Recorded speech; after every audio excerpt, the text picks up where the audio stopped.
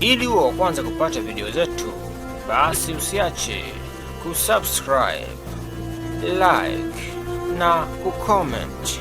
To make everyone to understand this subject very well. I'm talking about those who use Swahili language as a media of communication to the countries, I mean East Africa in general, right? If you're ready, let us start. Past perfect tense. There are 12 verb tenses in the English language. 1. Simple present tense. 2. Simple past tense. 3. Simple future tense. 4. Present perfect tense. 5. Past perfect tense. 6. Future perfect tense. 7. Simple progressive tense. 8. Past progressive tense. 9. Future progressive tense. 10. Present perfect progressive tense.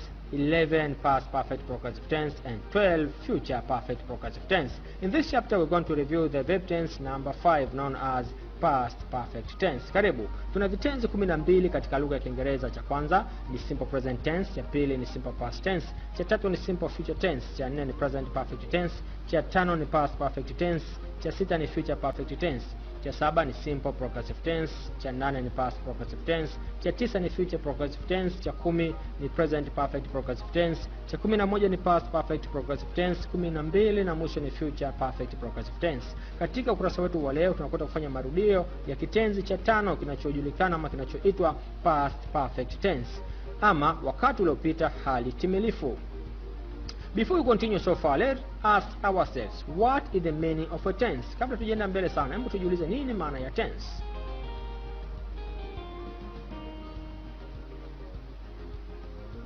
A tense is a form taken by a verb to show the time of an action. Alright, what about form? The form is the way something is or happens. Okay, what about verb? A verb is a word that expresses an action or a state of being. Kumbe unaposikia tense maana yake ni kitendo ambacho kinaelezewa zaidi na kitenzi katika kutuonyesha muda wa kitendo hicho, kwamba tendo hilo limefanyika katika muda gani, na muda huo sasa ndio unatupeleka sisi leo kujifunza past perfect tense ama kufanya marudio ya wakati uliopita hali timilifu. Hii ni kusema kwamba kujifunza tense maana yake ni kujifunza vitenzi vya tensi. Wakati form ni namna lile tendo lilivyoweza kutendeka ama kutukia. Hebu tupige hatua. In making a past perfect statement we follow the pattern. Ili tuweze kutengeneza sentensi iliyo katika past perfect, basi inatakiwa tufuatishe kanuni ifuatayo.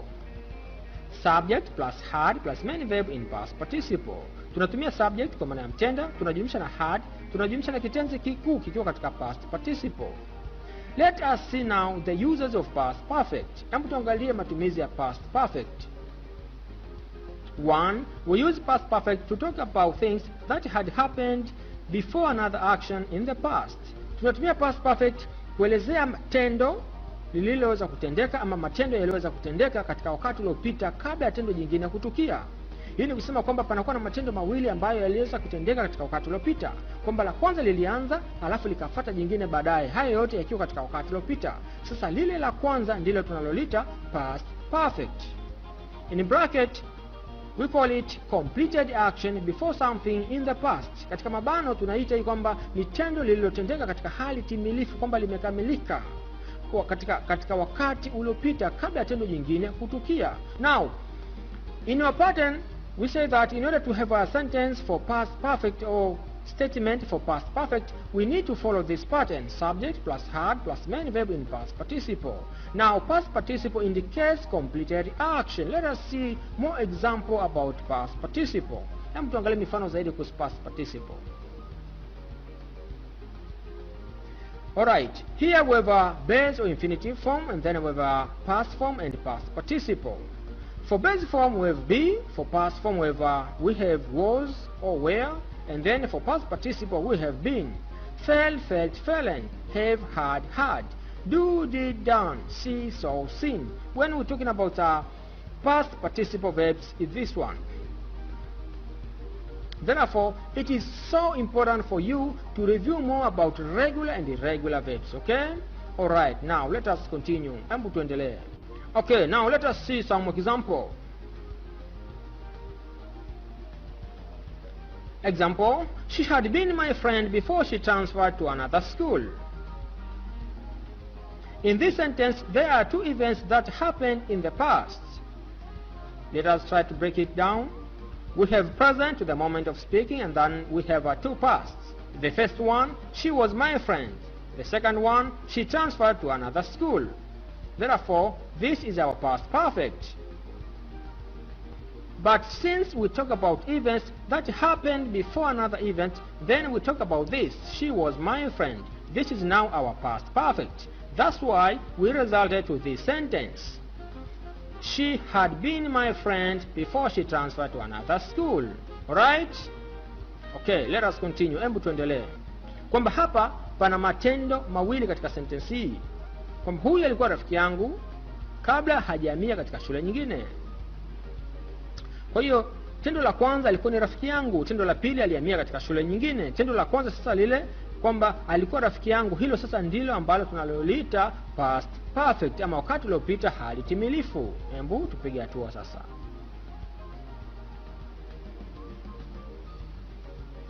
The word before indicates that something happened before another. Being is the past participle of the verb was. Kwamba neno before linaonyesha kabisa kwamba, ama linatupa dondoo kwamba kuna tendo moja lilitendeka kabla ya jingine.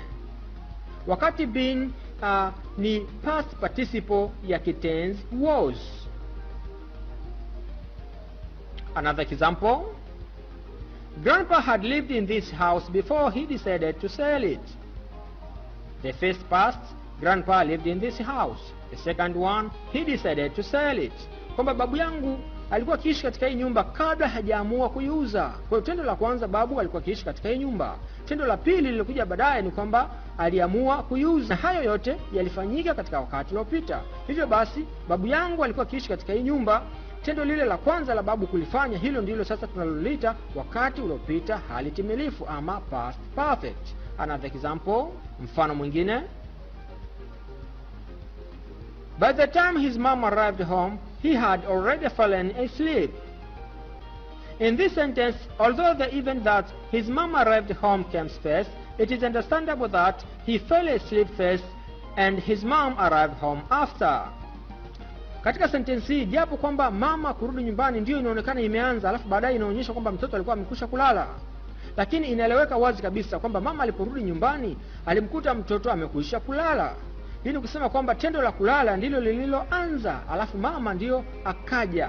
Kwa namna hiyo basi, mtoto kusinzia sasa, ama kumkuta mtoto amekwisha kulala, hilo sasa ndio wakati uliopita hali timilifu, ama ndio past perfect tense ambayo tunaizungumzia. Alright? Okay, let us continue. Hebu tupige hatua. Second, we use past perfect to talk about a duration before something in the past.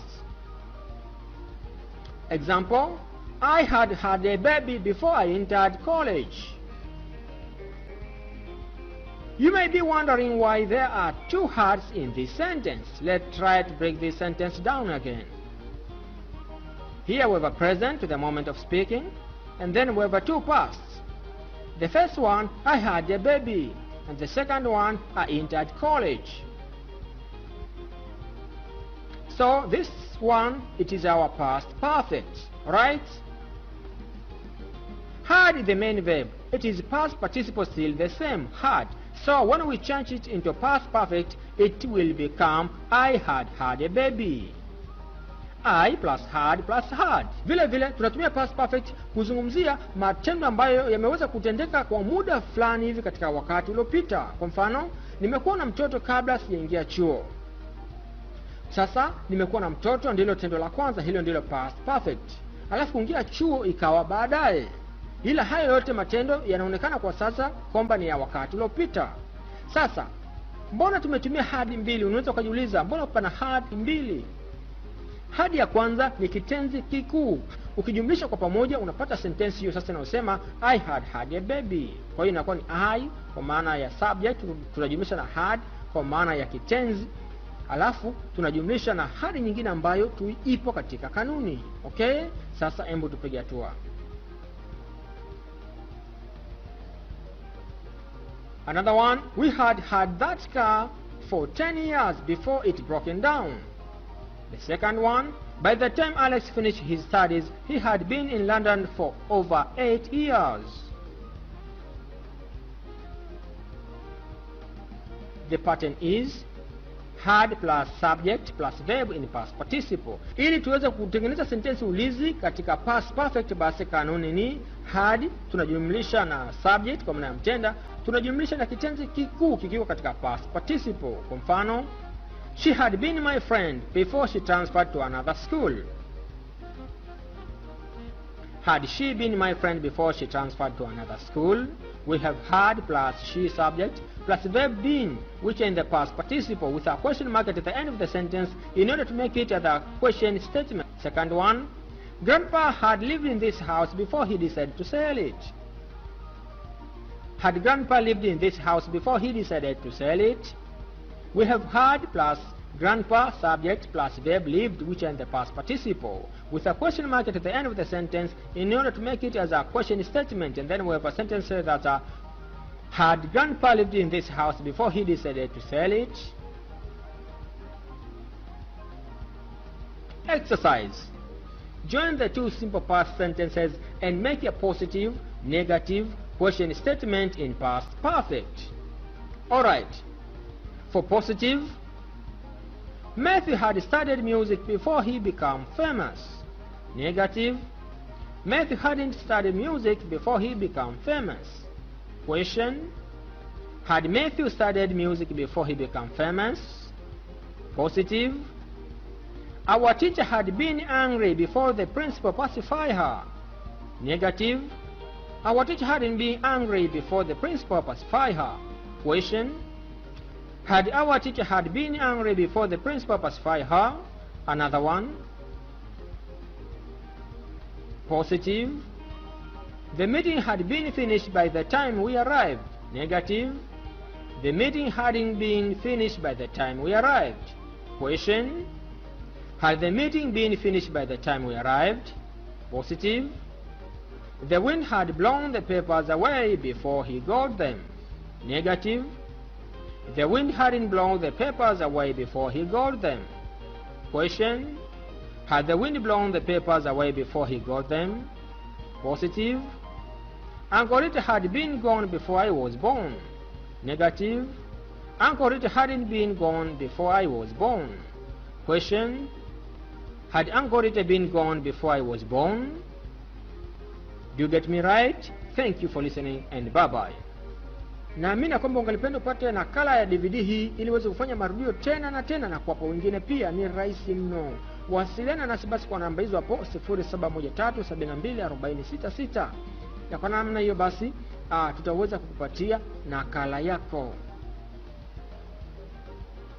Mwanafunzi wangu, popote unaponisikia, tafadhali nakuomba, naomba tumlinde tembo kwa manufaa yetu, kwa ajili ya kizazi chetu kijacho, na kwa ajili ya taifa letu la Tanzania. Asante na bye bye.